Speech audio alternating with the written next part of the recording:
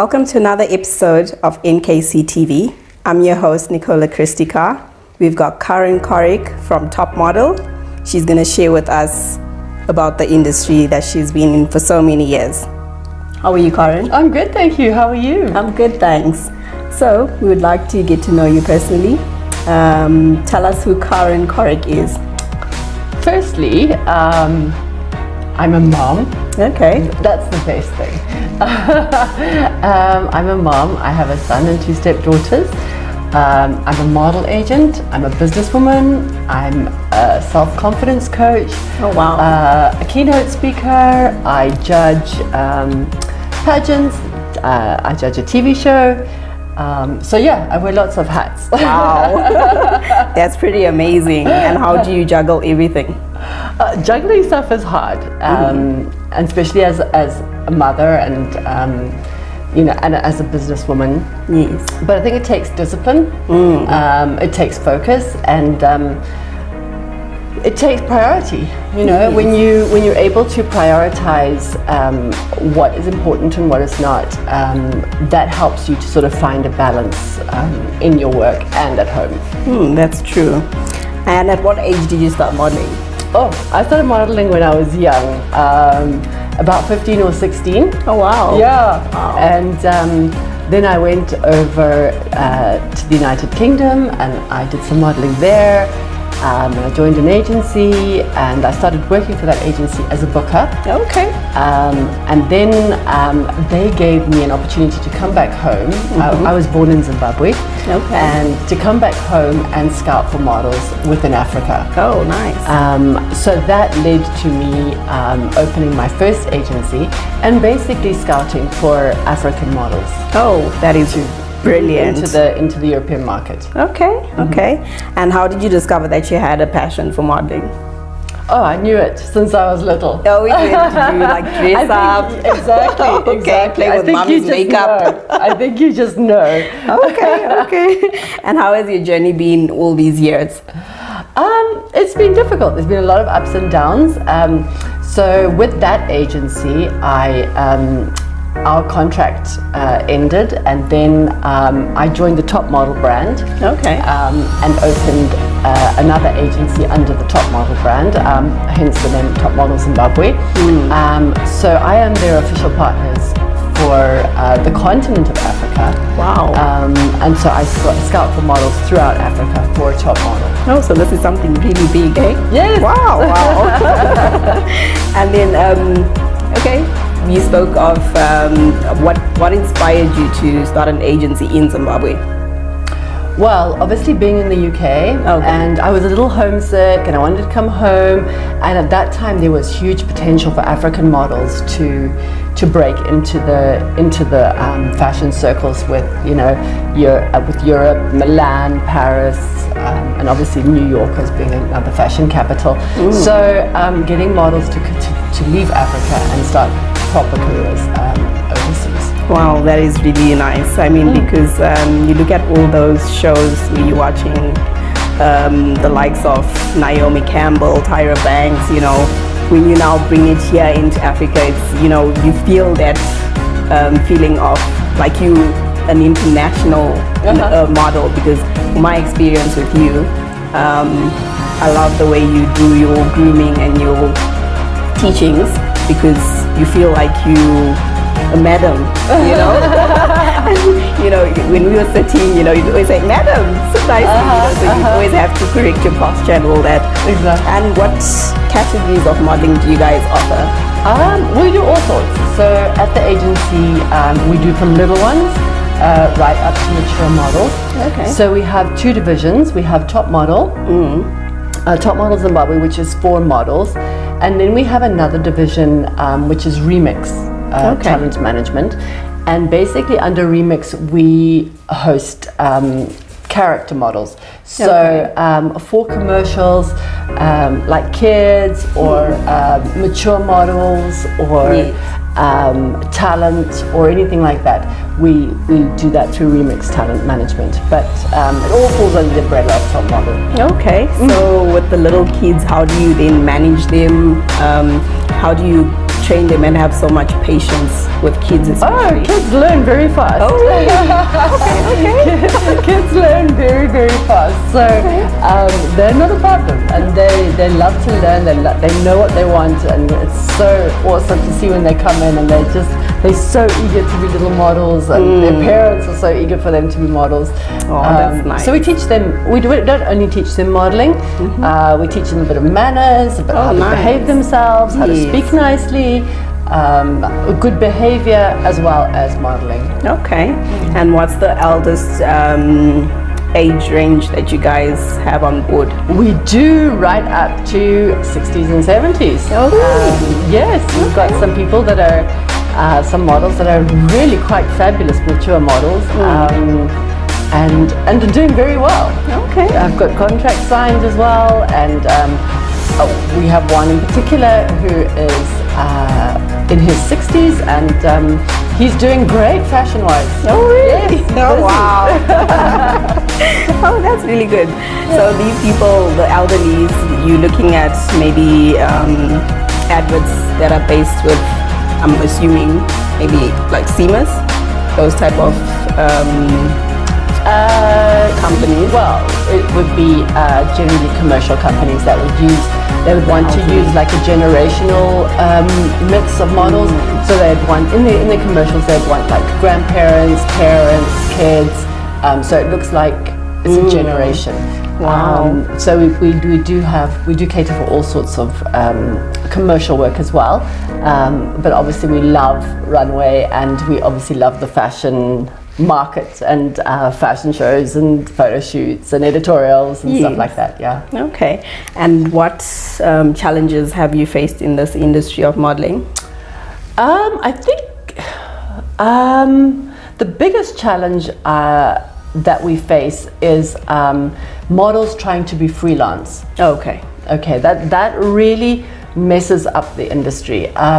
Anywhere else in the world, there's no such thing as a freelance model. You know, basically a model signs with an agency, the agency represents her, and that's how it works. Clients talk to the agency, agents talk to agents. Yes. And in Zimbabwe, we've got this sort of underlying thing of all these freelance models that basically work for next to nothing. Okay. They will do something that is far under their worth, just because it's a job. So tell us, Karin, what challenges have you faced in the industry? I think the main challenge that we face within the modeling industry as a whole is that of freelance models. Okay.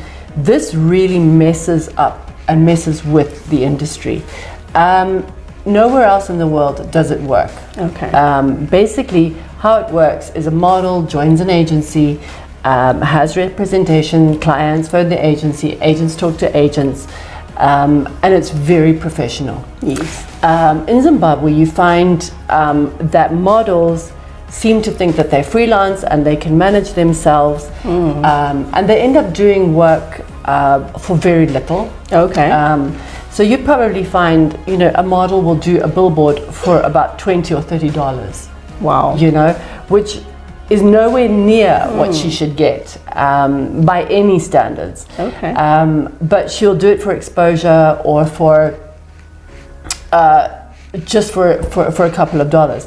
Whereas she could be earning so much more if she was with an agency. Yes. So that is a challenge, but it's not only that. I'm actually having a huge campaign starting up at the moment with human trafficking. Oh, wow.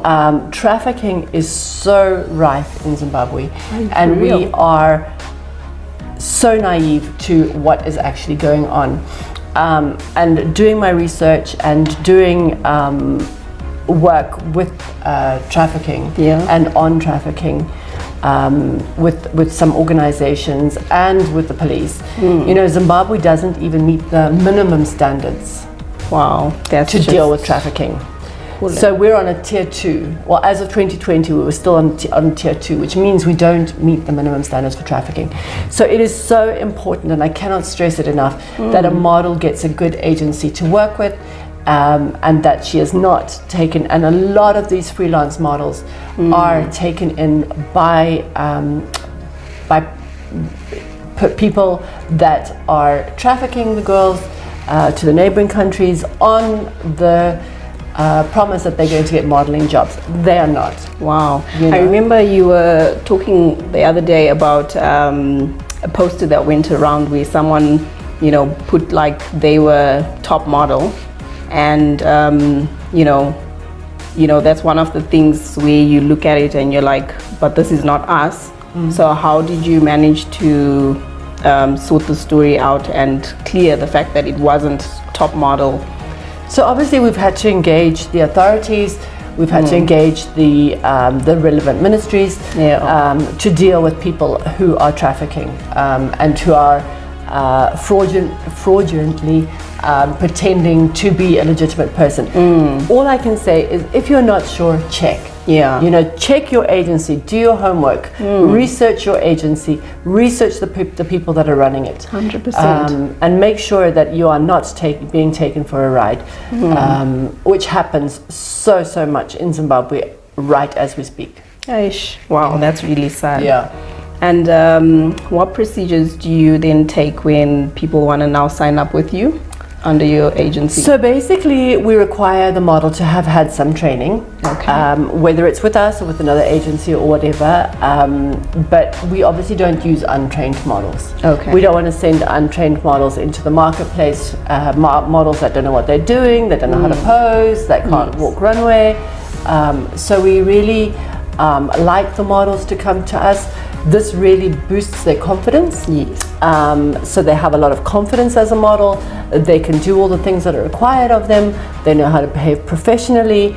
They can work properly as a model. And this is what clients are paying for. Clients are paying for a professional service, and they expect to get a professional model in return for that. And that is what we strive to do, is to give our clients a professional service so that everything is taken care of on the model side. Okay. And how long is your course? So we have different lengths of courses. So generally, a basic course is about 10 lessons. Okay. Within that, you'll learn how to put your own makeup on, you will learn to walk, you will learn to do some poses. You will have a good set of basic skills for modeling. Okay. And when the girls are now signed up under you, what sort of opportunities do they get? Oh, the opportunities are endless. There's so many things. Yes. There's so many things for models to do. Not everyone's a runway model, not everyone's a photographic model. Sure. So it just really depends where you fit in. We do a lot of promotions, we do a lot of corporate golf days, we do, obviously we do editorials, we do fashion modeling.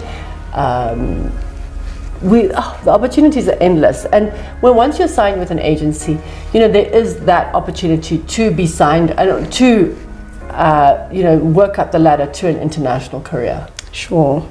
All right, thank you for sharing that with us. We're going to take a break and we will get back.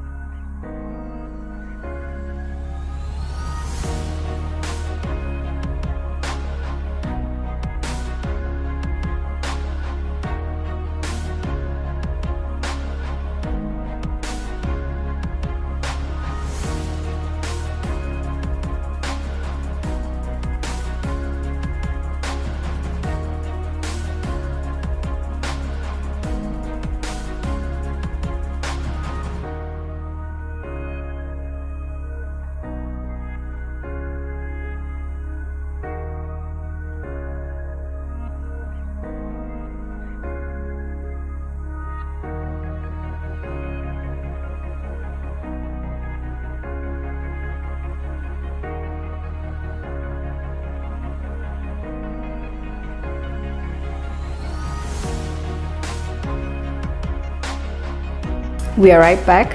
We're here with Karin Coric from Top Model. Karin, I hope you are enjoying the show. I'm loving it. Thank you. Thank you for inviting me. Oh, you're welcome. So, what has your highlight been over the past few years in this industry? What would you say has been the highlight? I think the highlight was being Businesswoman of the Year 2020. Wow. I work really hard for my models and for the industry. And last year I was voted Businesswoman of the Year. Wow, congratulations. I was also voted in 2018 and then again in 2020. So that is okay. So that's twice. Wow, that is brilliant. And how does that make you feel? It's good. You know, it's so nice that your work is recognized. It's so nice that you put in the effort and somebody actually says, wow, you're actually doing something. So I work really hard for my models, and I really try to get them the best jobs, the best payments, the best treatment, and then the best opportunities. 100%. I'm really excited for you, and for the upcoming models that will be coming to sign up with you. And I wanted to find out, what is it that you feel would be like how can I say, like,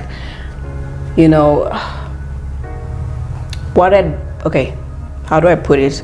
What advice would you give like upcoming models who would want to sign up with you, and what do you expect from them when they're under you? So firstly, if you want to break into the modeling industry, like I had said before, you need to get yourself a good agency. Get yourself somebody that knows what they're doing. You're not going to go to shady events. You're not going to go to shady castings and things like that, where you might be taken advantage of. And again, I'm going to emphasize the point of trafficking. Girls, and models, you really have to understand this is crucial, that you understand it is out there and it's happening as we speak. So first of all, getting yourself a good agency. And obviously with an agency comes the grooming. Yes. I expect my models to be well groomed. I expect them to be professional. Yes. I expect that they're able to do what's required of them when it comes to their jobs, whether it's commercial work or photographic work or runway work. They know what they're doing, and they offer a professional service just as I do. Yes. All right. Wow. Thank you so much for coming on to our show. You're welcome. We hope that you will have many more ventures. Yes. And till next time, we will see you. Goodbye. Thank you. Goodbye.